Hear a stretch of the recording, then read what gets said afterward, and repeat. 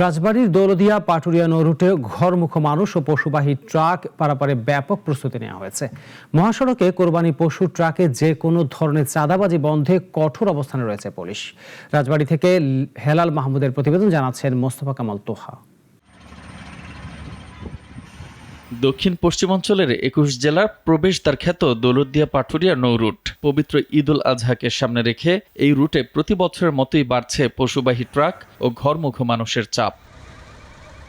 তবে এবার মহাসড়কে পশুবাহী ট্রাক থেকে যে কোনো ধরনের অবৈধ চাঁদা আদায় বন্ধে মাঠে থাকবে পুলিশের কঠোর নিরাপত্তা ব্যবস্থা।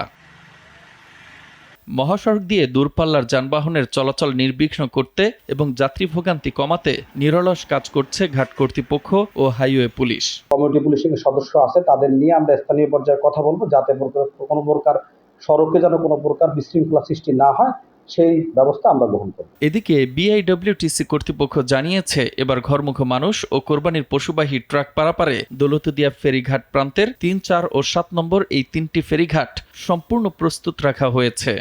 ঈদ উল আজহার সময় দৌলতদিয়া পাটুরিয়া নৌ রুটে 17টি ফেরি থাকবে এবং দৌলতদিয়া প্রান্তিকে ৩, ৪ ও ৭ নম্বর ঘাট সচল আছে। ক্ষতিগ্রস্ত হওয়া ৫ নম্বর ঘাটটি বিআইডব্লিউটিএ কর্তৃক পুনর্নির্মাণ করা হয়েছে।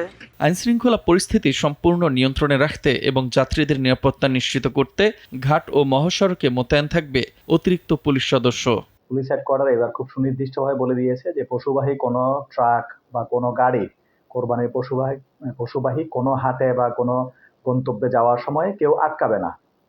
শুধু যে পুলিশ আটকাবে না তা না, কোনো বাজারের কেউ জোর করে এক বাজারে যাওয়ার গাড়িকে অন্য বাজারে যাতে থামিয়ে না দেয়, সে ব্যবস্থাও আমাদের রয়েছে।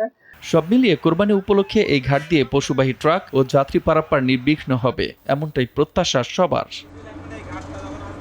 মোস্তফা কামাল তোহা, নাগরিক।